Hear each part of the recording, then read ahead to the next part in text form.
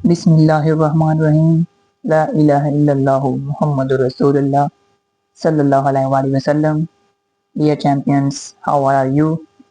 उम्मीद करता हूँ आप सब खैरियत से होंगे। चैंपियंस, आज हम डिस्कस करेंगे class 9 short question chapter number 1। First short question is, can a non physical quantity be measured? एक नॉन फिजिकल क्वांटिटी को मेजर किया जा सकता है? If yes then how? अगर किया जा सकता है तो कैसे? No, non physical quantity are those quantities that can not be measured using any tool और इंस्ट्रूमेंट।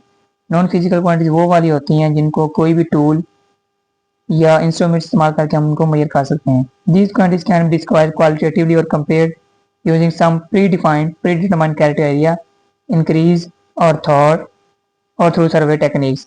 तो हम उनको मेजर नहीं कर सकते, सिर्फ उनके बारे में हम अपनी राय पेश कर सकते हैं जो कि किसी ने पहले ही से एज्यूम की हो, जैसे कि सच है, वो इतना सच्चा आदमी है, वो इतना खूबसूरत है। यानी कि लोगों की राय पर डिपेंड करेगा कि नॉन फिजिकल क्वांटिटीज को कितना हम अच्छे से बयान कर सकते हैं। अदरवाइज हमारे पास कोई ऐसा इंस्ट्रूमेंट नहीं है जिसको माप कर सके। What is measurement? Name is two parts. Measurement क्या है, उसके दो हिस्से बताएं। Measurement is the process of comparison of unknown quantity with widely accepted standard quantity. Measurements हमारे पास एक ऐसा प्रोसेस है जिसमें हम एक नामालूम क्वांटिटी को एक वाइडली जो मालूम क्वांटिटी उसके साथ क्या करते हैं, मुआवजा करते हैं। Measurement consist of two parts. Measurement दो हिस्सों पर मुश्तमिल होती है। अ नंबर, एक नंबर है, and a unit. A measurement without unit is meaningless. यानी कि अगर हम कहते हैं 5 kg, 5 इसका नंबर है, kg इसका क्या यूनिट है। अगर मैं सिंपल कह देता हूँ 5, इसका मतलब वो मीनिंगलेस है। अगर सिर्फ kg बोल देता अभी वो क्या मीनिंगलेस है। एक क्वांटिटी मुकम्मल तौर बयान करने के लिए इसके यूनिट और नंबर की क्या होगी, जरूरत होगी। Why do we need a standard unit for measurements? हमें मेजरमेंट के लिए, पैमाइश के लिए स्टैंडर्ड यूनिट की क्यों जरूरत पड़ती है? In early days people use to measure the length using hand और आर्म, फुट और स्टेप्स। पहले जमाने के लोग लेंथ को मेजर करने के लिए अपने और अपने बाजुओं का इस्तेमाल करते थे और अपने इस्तेमाल करते थे। This measurement may result in confusion as the measurements of different people may have differed from each other because of different size of their hand, arm और stick। ये जो मेजरमेंट थी ये डिफरेंट हो जाती थी क्योंकि उसमें कंफ्यूजन भी हो जाती थी क्योंकि हर बंदे के हाथ, बाजू और स्टेप ज़्यादा मुश्किल होते थे। मुश्किल बोल रहा हूँ, डिफरेंट होते थे। तो वर्ड सच कंफ्यूजन, इस कंफ्यूजन से बचने के लिए there is a need of standard so that measurements by any person may be result the same.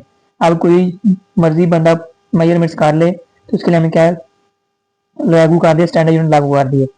This standard measurements is known as unit. उसे हम क्या बोलते हैं, यूनिट बोलते हैं। Right the name of 3 base quantities and 3 derived quantities. 3 base quantities के नाम बताएं, 3 ड्राइव्ड। लेंथ, मास, टाइम, ये हमारे पास बेस क्वांटिटीज हैं। स्पीड, फोर्स, एरिया, ये हमारे पास ड्राइव्ड क्वांटिटीज है। Which SI unit will use to express the length height of your desk. एक डेस्क की हाइट को बताने के लिए आप कौन सा यूनिट यूज करेंगे? The height of a desk can be express in meters और सेंटीमीटर। क्योंकि सेंटीमीटर छोटा यूनिट है इसलिए हम ज्यादा मीटर यूज कर रहे हैं। आप ये दोनों यूनिट ही यूज कर सकते हैं एक डेस्क की हाइट को बताने के लिए, meters and centimeter. Right the name and symbol of all base units. सारे बेस यूनिट्स के नाम और उनके सैम्बल लिखें। अब हम जानते हैं हमारे पास 7 बेस यूनिट हैं। Length, mass, time, temperature, electric current, intensity of light, amount of substance. Length का यूनिट हमारे पास मीटर है, उसका सैम्बल का एम। मास का यूनिट किलोग्राम, उसका unit sample KG. Second, time का यूनिट है, उसके छोटे एस से आप क्या करेंगे, डोनेट कर देंगे। टेम्परेचर केल्विन कैपिटल के के साथ। इलेक्ट्रिक करंट का यूनिट एम्पेयर कैपिटल ए के साथ। कैंडेला इंटेंसिटी ऑफ लाइट का यूनिट है सी डी। और अमाउंट ऑफ सब्सटेंस का यूनिट मोल है तो मोल लिख देंगे। Y prefix use? प्रीफिक्स क्यों इस्तेमाल किए जाते हैं? Name 3 sub multiple and 3 multiple prefix with their symbol. 3 multiple और सब मल्टीपल प्रीफिक्स बताएं with an symbol. Prefix are used to express very large or very small values conveniently. Prefix बड़ी से बड़ी वैल्यू और छोटी छोटी वैल्यू को आसानी से लिखने के लिए, बयान करने के लिए हम इस्तेमाल करते हैं। सब मल्टीपल हमारे पास क्या है, मिली, माइक्रो, नैनो। जैसे कि आपके पास क्या होता है, मिली मीटर, तो ये आपके पास क्या हो गया, सब मल्टीपल हुआ मिली। आगे आपके पास मल्टीपल है किलो, मेगा, गीगा। अब जैसे कि किलोमीटर है तो ये मल्टीपल है स्टैंडर्ड यानी कि पहले आ रहा है। मेगा आपके पास जैसे कि मेगाबाइट होता है, gigabytes etcetera. What is meant by 5 picometer, 15 nanosecond, 6 micrometer, 5 femtometer. तो 5 picometer 10 power minus 12 meter, nano मतलब 10 power minus 9, micro mean 10 power minus 6 and femto second mean minus 15 second. For what purpose of vernier caliper use, किस मकसद के लिए vernier caliper इस्तेमाल किया जाता है। नेम इट्स टू पार्ट्स, इसके दो पार्ट्स के नाम बताएं। How is the least count found, उसका लीस्ट काउंट कैसे फाइंड करते हैं।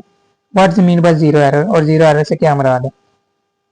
पहले का answer, it is an instrument use to measure the small length down to one tenth of the millimeter. एक ऐसा इंस्ट्रूमेंट जो एक चीज के 10वें हिस्से तक मिलीमीटर के अंदर मैच करता है उसे हम क्या बोलते हैं, वर्नियर कैलिपर बोलते हैं। It can be use for measure the thickness, diameter, width और डेप्थ ऑफ एन ऑब्जेक्ट। ये किसी भी चीज की गहराई, चौड़ाई, डायमीटर और थिकनेस को मेजर करने के लिए इस्तेमाल करते हैं। Name it's two parts, main scale part है और वर्नियर स्केल, इसके दो पार्ट है। लिस्ट कौन vernier caliper different is the difference between one main scale division and one vernier scale division। तो लीस्ट काउंट होता है मेन स्केल के दरमियान डिवीजन और वर्नियर स्केल के दरमियान एक डिवीजन को लीस्ट काउंट कहते हैं। Hence least count one main scale division minus one vernier scale division. तो 1 minus 0.9 is equal to 0.1 millimeter. तो इसका क्या हो जाएगा, लीस्ट काउंट हो जाएगा। Usually least count is found by dividing the length of a small division on the main scale by dividing total number of division vernier scale. Vernier scale के ऊपर जो जितनी डिवीजन है वो हम डिवाइड कर देते हैं एक उसकी डिवीजन के साथ।